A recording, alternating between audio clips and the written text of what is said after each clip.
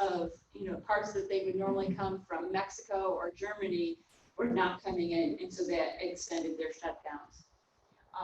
And then critical, and here in the US, New York City, Los Angeles, those were the ones that went into the critical mode, where they had shelter-in-place orders, where residents must stay inside their home and they shouldn't leave, and that all businesses were closed.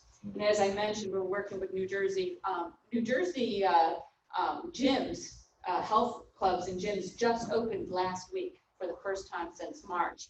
And indoor dining also occurred last week, where they're able to open up and have indoor dining for up to 25% capacity.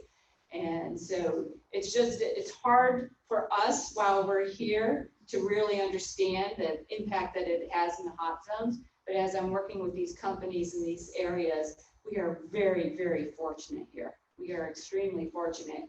Everyone that we work with in these other hot zones, they have been personally touched by this illness. So if it was either them or it's somebody that they know and love very closely has been affected.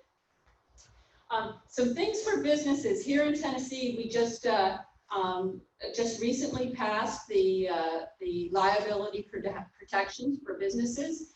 Senator Bell was a sponsor for that bill, so we're very grateful for that. It was a lot of work through the Tennessee Chamber of Commerce and Industry, and basically the intent of it is to ensure that we limit COVID-19 frivolous lawsuits, and especially for businesses. And so if you are a business owner or even at your place of work thinking through, there's already, if you already see the ads, Chattanooga, we already have the ads where the attorneys are on there saying that if you feel that you've been affected negatively by COVID-19, in order to put your lawsuits, that they will help you file your lawsuits.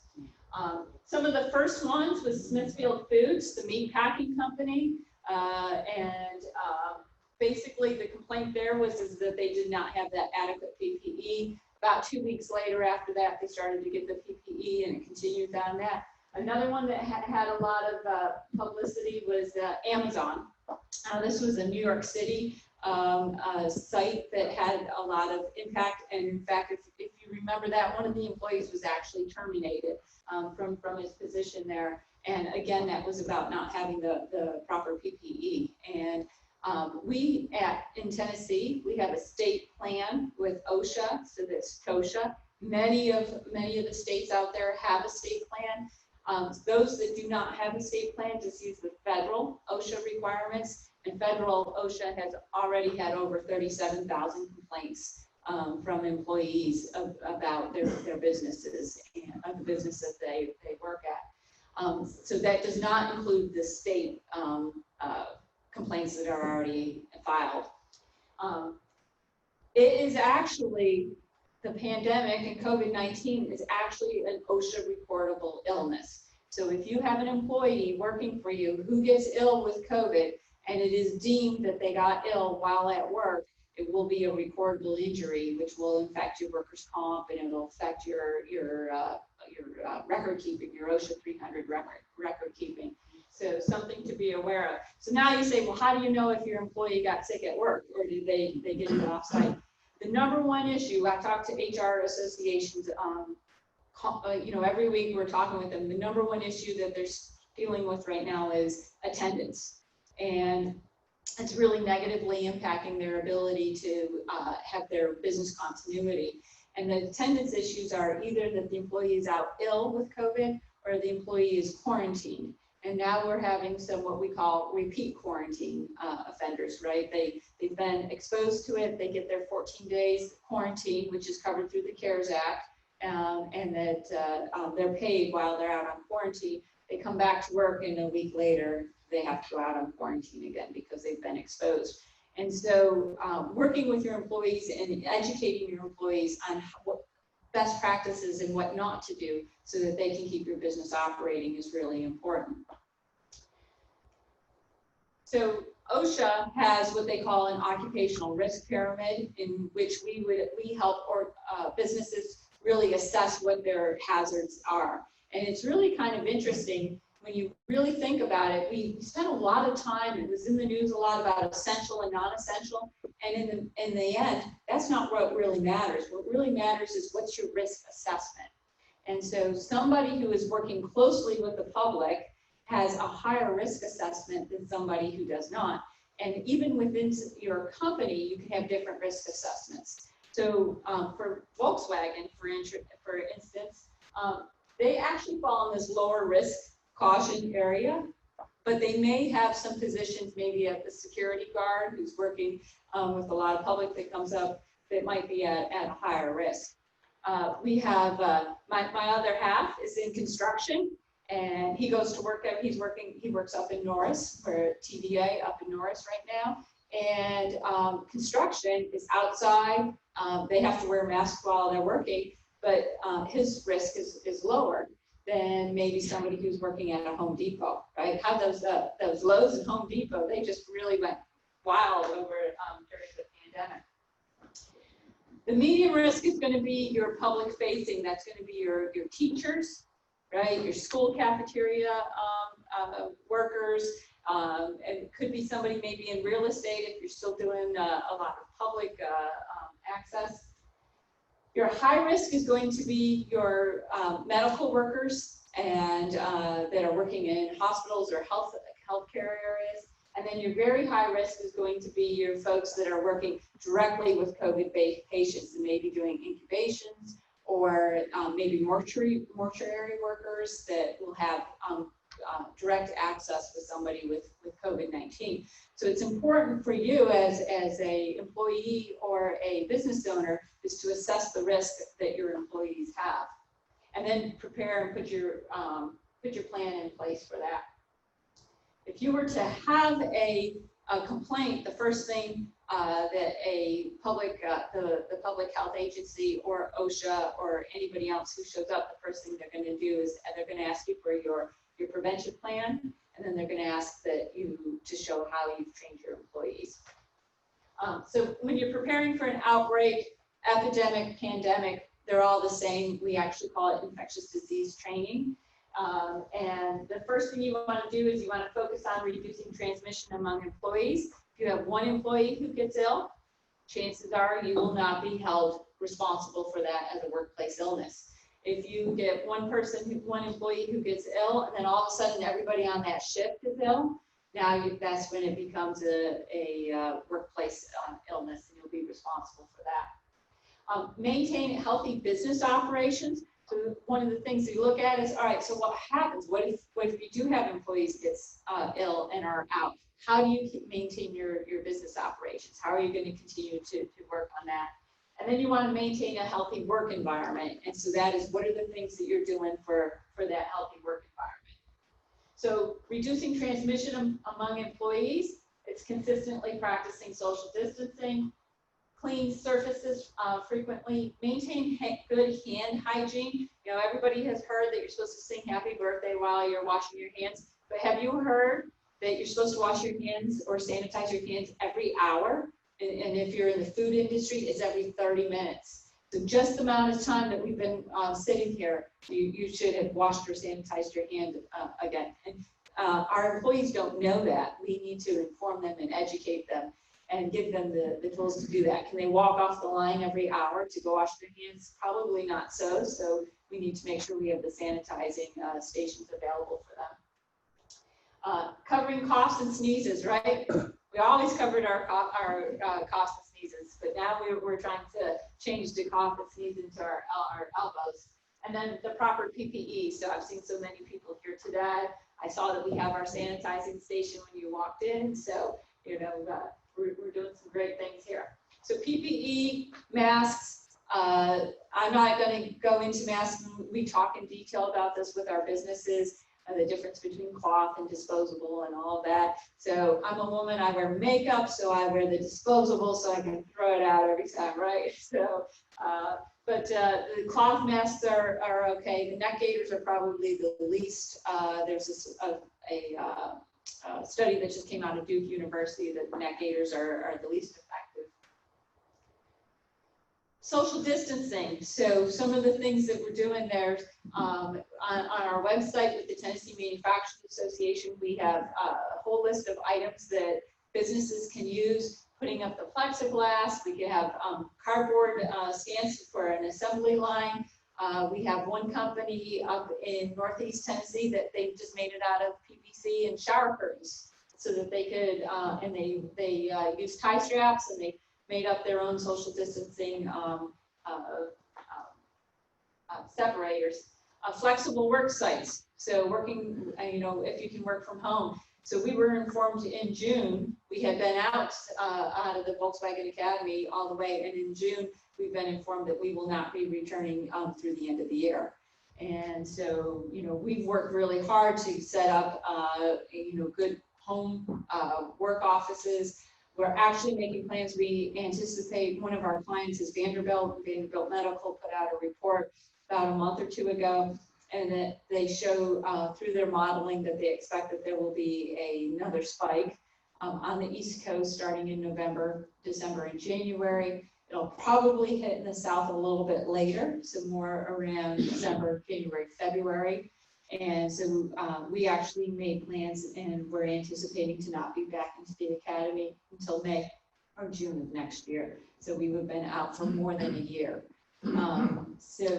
Those flexible work sites, another company that we work with quite closely here in Cleveland or Charleston is Walker. They have taken their employees and they've marked them red, yellow, green, and meaning that, green means that they need to be at work every day, where red means that they can telecommute from home, and then yellow has a flexible schedule. We've seen staggered shifts. We've seen where one, it's just a day shift, and now what they've done is they've split the shifts up. They've slowed the lines down, split the shifts up, and now are working 2 separate shifts in order to reduce the number of employees. Just a number of different options in order to do that social distancing. And of course, we've all seen now, right, that how our restaurants and our grocery stores are now doing curbside delivery. I hope that never goes away, right? The safe work practices, which I mentioned about, is continuing to make sure that your employees are aware of that. Some of the things that we've seen, even my Publix grocery store, right, cleans down my carts. I'm hoping that once the pandemic's over, they don't stop doing that. And what the impact that we're going to see is that the impact will be in both technology and public health requirements. And so things that were acceptable before when it comes to public health won't be acceptable anymore. We are going to expect businesses to constantly be cleaning and wiping down. I took a Amazon return back to Kohl's, and I had to wait while after they were finished with the customer ahead of me, they sprayed everything down, wiped everything down. And I thought, you know what? I hope that they continue to do that. And then the other long-term impact is going to be technology and how we use technology in place of items. Cleaning and disinfection. So believe it or not, I'm not making this up, but there has been reports in, we've had 3 cases in Tennessee where people have used Clorox on their personal body to clean and disinfect. Yes. And so really making sure that your employees know what's proper to use and what's not proper to use. Bleach, by the way, if you use bleach in a work environment, it needs to be labeled. I know we don't. In fact, you're according to OSHA guidelines, you're supposed to wear a face shield and apron. I know all of us that we do laundry, we report bleach into our, we don't use all the proper PPE, but in the workplace it does matter, and understanding what those requirements are. Health risk screenings. So if you go to Volkswagen, so I have to go there to pick up a few things, even though we're not working there. Every time I walk in, I get my temperature is taken, and I have to fill out a questionnaire. They have had, through their health risk screenings, they have found 18 people who have COVID. Only one of those was found with the temperature check. The other 17 were all found by asking the questionnaire. And so there's some legal requirements around that questionnaire, so don't just, I'd be happy to help you. Just, you can email me or ask me a question. I'll help you get that questionnaire together. but that questionnaire is very important that you ask people about that. And then we could also do self-administered checks. So my company, we do travel. We do go to different sites to provide training. We do self-administered temperature checks. And then isolation guidelines. You need to have a plan in place for if you were to have someone get sick at your business, what you need to do in order to protect them and protect the rest of the people in your business. And then training your employees. This is very important, and wanted to show you that the Tennessee Manufacturers Association is, or the Tennessee Chamber of Commerce, I'm sorry, it's not just for the Manufacturing Association, it's for all business. We have gone into a partnership where we're providing training to employees. And one of the things that is really difficult is now employers are responsible for training their employees on infectious disease procedures. But because we're working different shift schedules, you really don't want to pull 50 people into a conference room to train them. And also human resource managers need to have some really sound reporting. We were trying to figure out the best way to do that. Oops. And so we have provided a website where, oh, I think my internet connection just got lost here. Go back to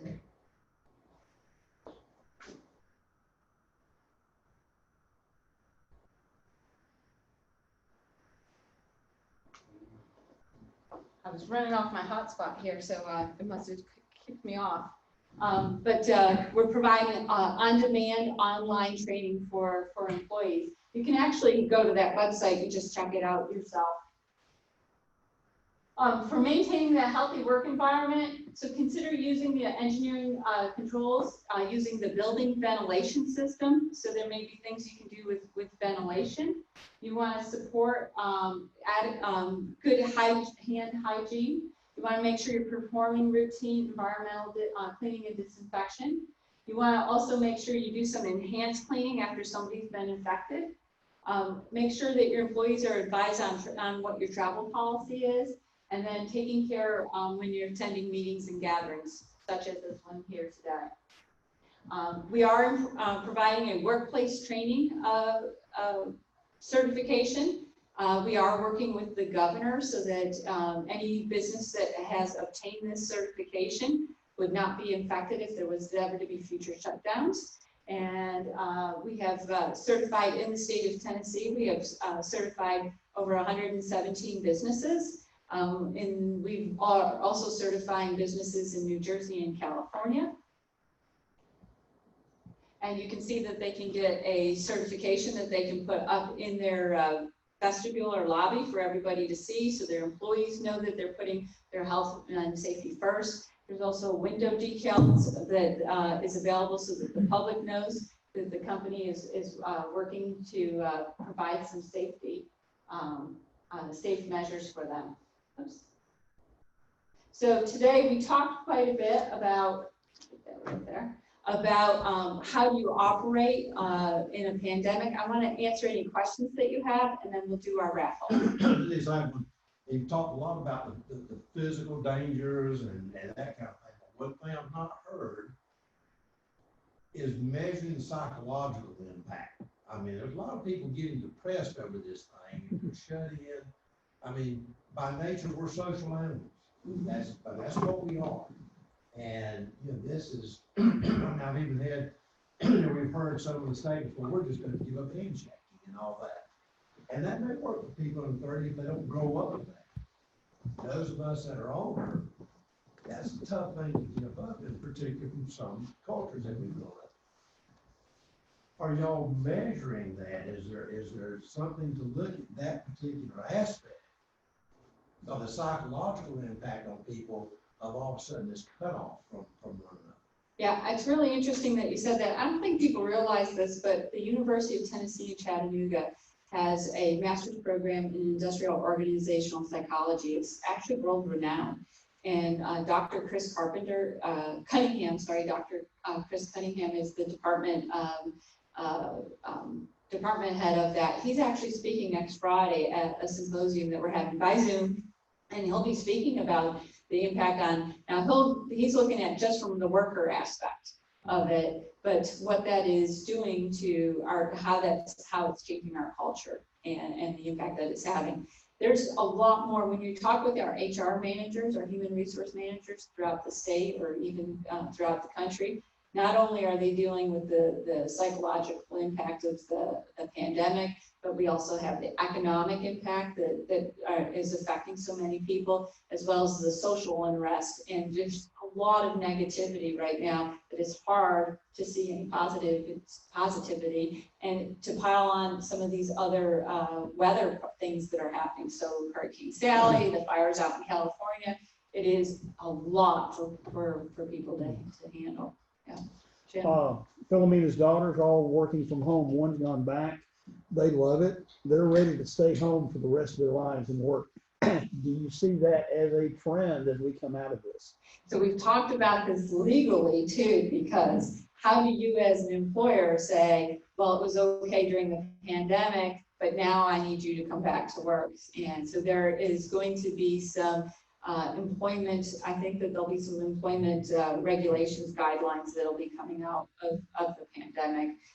There's a lot of speculation right now, but yes, you're exactly right. I've heard Blue Cross Blue Shield has actually talked about they will not reoccupy Timber Hill. Yeah, and so think about the economic impact that's going to have on our urban areas. So already Facebook, Twitter, and Google have already said we're working from home. We won't be back in that. The downtown areas where where the real estate is used, that office area real estate could potentially see a big negative impact from that. One more.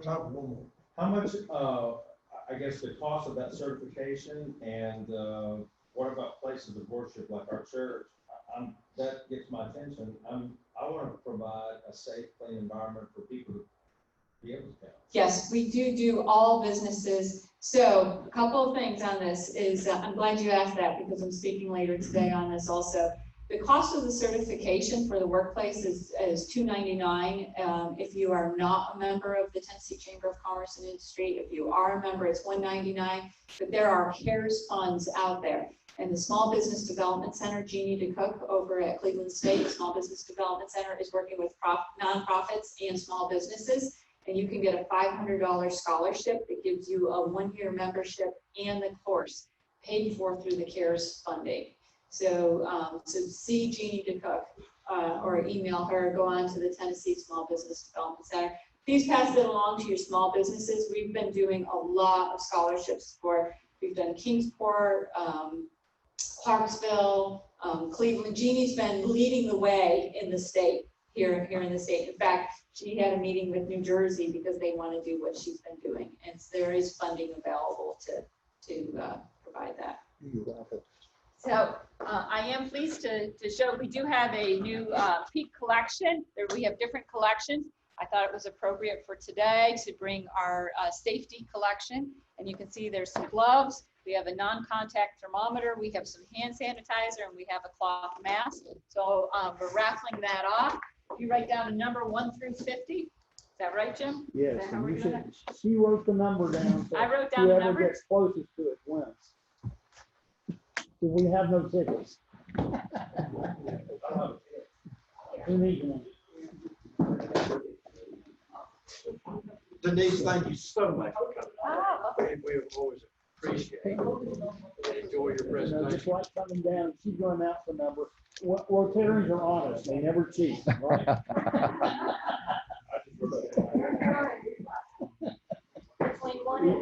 between 1 and 50. I heard a 25. What else do I have? 13. 15. 44. She hasn't written hers down yet. What'd you say? 2. 18.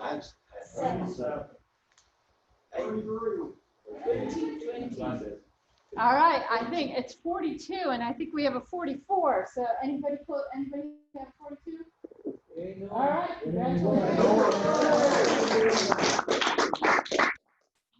Oh, Hitchhiker's Guide to the Galaxy. 42 is the answer. 42. Okay. Okay, guys, if you'll join me, let's do the four-way test together. Yeah, well, wait a minute, This is really important. go ahead. Next month is polio month. October 20th is our, donuts, okay, that y'all helped last year, Purple Pinky. Are they doing it? Over $500,000 was raised last year. Please watch 7 o'clock tonight, District Facebook page, because there is going to be a lot presented about polio, Dunkin', you know, the Dunkin' Donuts thing and so forth. We're going to raise more than $500,000 this year because Rotarians give. Thank you.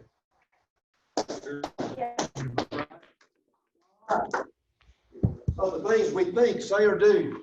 Is it true? Is it fair to all concerned? Will it build goodwill and better friendships? Will it be beneficial to all concerned? Have a great day.